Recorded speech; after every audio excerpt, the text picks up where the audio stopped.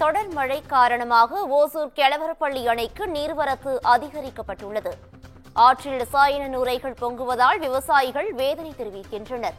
இதுகுறித்தான மேலும் விவரங்களை வழங்குவதற்காக எமது செய்தியாளர் பாஸ்கர் இணைப்பில் இணைகிறார். பாஸ்கர், வணக்கம். இதுகுறித்தான முழு விவரங்கள்.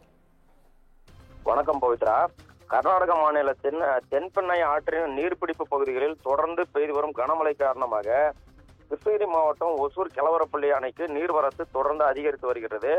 குறிப்பாக நேற்றைய நிலவரப்படி அணைக்கு வினாடிக்கு 1126 கன அடி நீர் வரத்தாக இருந்த நிலையில இதே அளவு நீர் தற்பொழுது தென்பெண்ணை ஆற்றில் வெளியேற்றப்பட்டு வருகிறது. இந்த நிலையில் இன்று நீர்வரத்து மேலும் அதிகரித்து கெலவரப்பள்ளி அணைக்கு வினாடிக்கு 1371 கன அடி நீர் வரத்தாக உள்ளது. தொடர்ந்து அணையின் மொத்த கொள்ளளவு 44.28 அடியாகும். தற்பொழுது அணையின் மட்டம் 40.67 அடி வரை நீர் உயர்ந்துள்ளது. அணையில் இருந்து வினாடிக்கு 1272 கன அடி நீர் தென்பெண்ணை ஆற்றில் வெளியேற்றப்பட்டு வருகிறது. தொடர்ந்து தென்பெண்ணை ஆற்றில் அதிக அளவு நீர் செல்லும் நிலையில அதில் கடுமையான துர்நாற்றத்துடன் குவியலாக ரசாயன நுரைகள் பொங்கி செல்கிறது.